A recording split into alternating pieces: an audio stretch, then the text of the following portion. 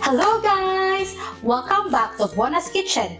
Today, I'm gonna share to you how to make one of my favorite breads back in the Philippines, the Choco Lanay. But before we start, please don't forget to hit that like button and share this video. Choco Lanay is a soft bread roll with chocolate filling. Are you ready? Let's get baking! The ingredients that we will need are 4 cups of bread flour, half cup white sugar, 1 cup fresh milk, half cup lukewarm water, half cup softened and salted butter, 3 egg yolks, 1 tablespoon white sugar, 2 and 1/4 teaspoon of instant yeast, 1 large egg, and 1 teaspoon of salt.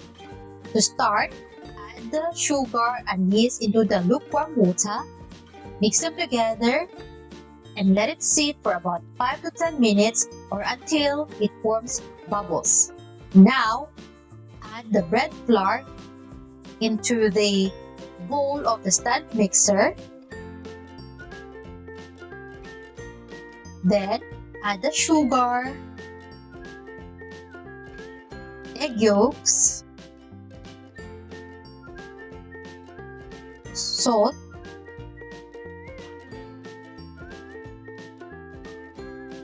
milk,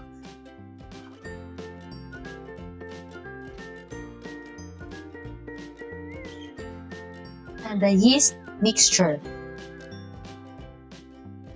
Mix them together.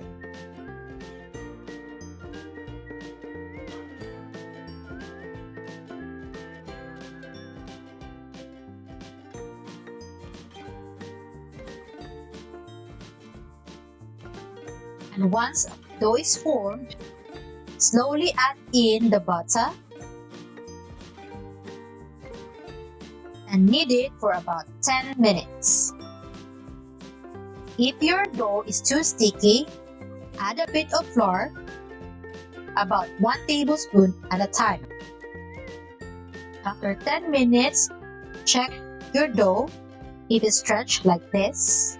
Then, form it into a ball and transfer it into a bowl greased with oil. And cover this with cling film and let it rest for about 1 hour or until it has doubled in size.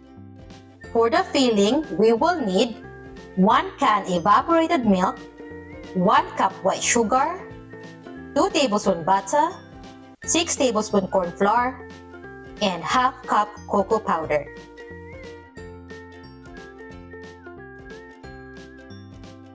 In a pan over medium heat, add the evaporated milk,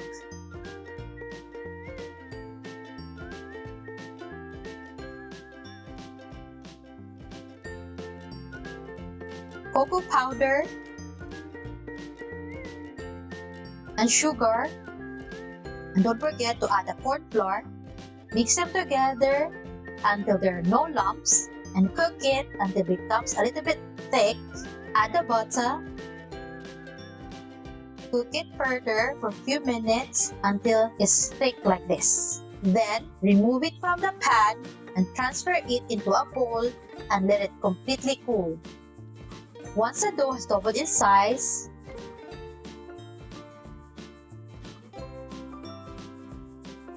and cut it in half, form the other half into a log, just like this, and divide it into 10 portions.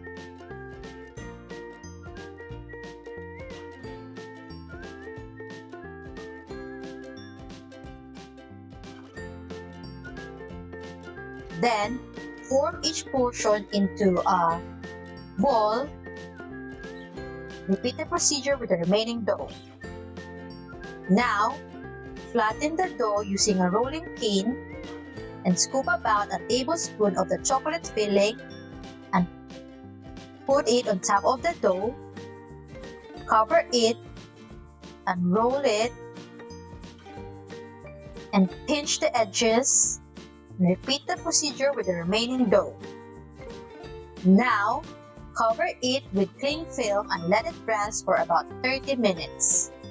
After 30 minutes, brush each roll with the egg wash, and then bake this in a preheated oven of 170 degrees Celsius for about 15 to 20 minutes or until the top is golden brown.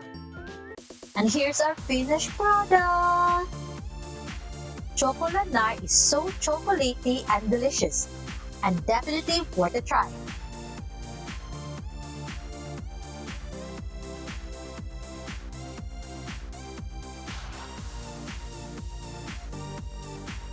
Thank you so much for watching today's vlog. Please don't forget to hit the like button and share this video as it helps the channel a lot. If you have any recipes in mind that you want to see in this channel, comment down below. Thank you for watching. Bye! Why are you laughing? You have to make because you didn't give yourself any time. It's recording! It's recording!